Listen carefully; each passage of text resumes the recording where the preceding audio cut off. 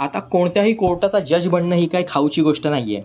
आणि त्यात जर जज मुंबईसारख्या हायकोर्टचा असेल तर रुबाबच काही वेगळा. त्यामुळे शासन पण वेगवेगळ्या मोफत सुविधा या न्यायमूर्तींना पुरवत असतं, जेणेकरून त्यांच्यावर कोणता ताण येणार नाही. अशाच प्रकारची एक सुविधा म्हणजे मोफत वीज. हायकोर्ट जजेस रूल 1956नुसार सर्वोच्च व उच्च न्यायालयातील न्यायमूर्तींना ते सरकारी किंवा खाजगी निवासस्थानात राहत असले तरी वार्षिक 10,000 युनिट वीज वापरण्याकरिता राज्य सरकारतर्फे खर्चाची प्रतिपूर्ती केली जाते. परंतु जर ह्यापेक्षा जास्त वीज वापरली, म्हणजे 10,000 युनिटपेक्षा जास्त वीज वापरली, तर त्यांना आपल्या खिशातून पैसे द्यावे लागत होते. पण आता जमाना बदलला आहे.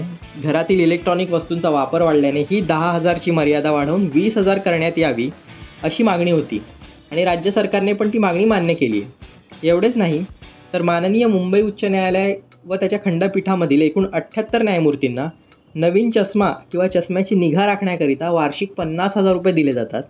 त्यांच्या पती किंवा पत्नी यांनाही नवीन चष्मा घेण्याची तरतूद आहे.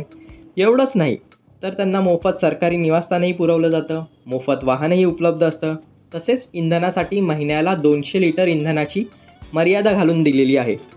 आता तुम्हाला ही माहिती आधी माहिती होती का? आणि ही माहिती तुम्हाला कशी वाटली मला कमेंटमध्ये नक्की सांगा. कृपया माझ्या व्हिडिओला लाईक आणि शेअर करा आणि प्लीज चॅनलला सबस्क्राईब करा. धन्यवाद.